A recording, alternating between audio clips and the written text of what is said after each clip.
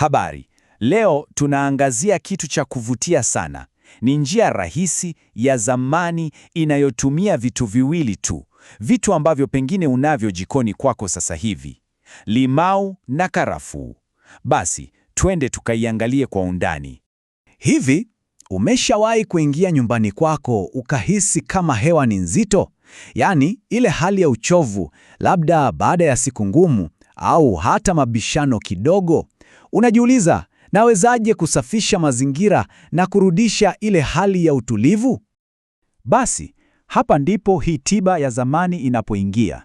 Ni rahisi lakini ina nguvu. Fikiria, limao ambalo tangu zamani limejulikana kwa kusafisha, na karafuu inayosemekana inalinda na kuondoa nishati hasi.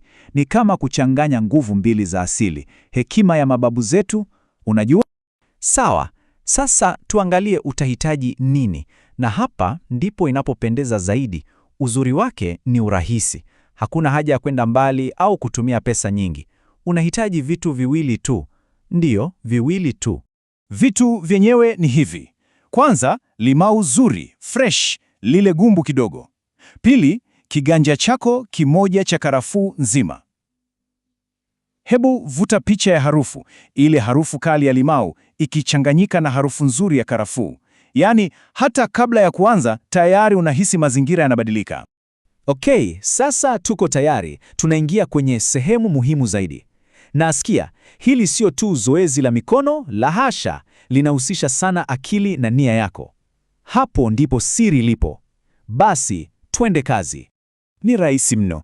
Chukua lile limao lako, sasa chukua karafuu zako moja moja na anza kuzichomeka taratibu kwenye ngozi ya limao.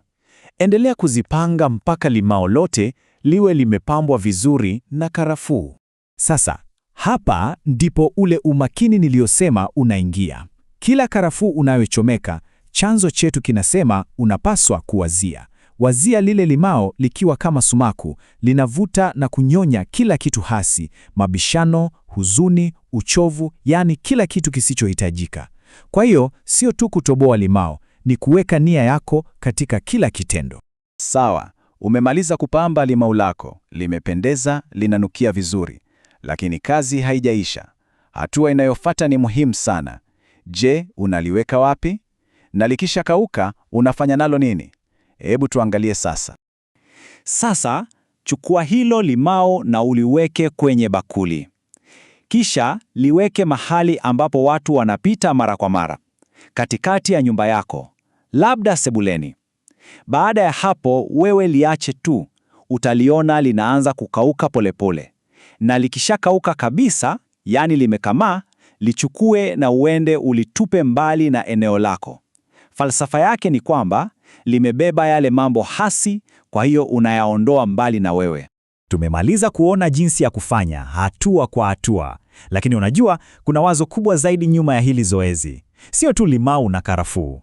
Hebu tumalizie na wazo moja la kutafakari. Haijalishi kama unaamini katika mambo haya au la, lakini zoezi hili linatuachia swali la msingi sana. Je, nia zetu, umakini wetu, una nguvu kiasi gani katika kubadilisha na kuunda mazingira tunayoishi? Ni jukumu gani la nia zetu katika kujenga hisia ya amani na utulivu majumbani mwetu?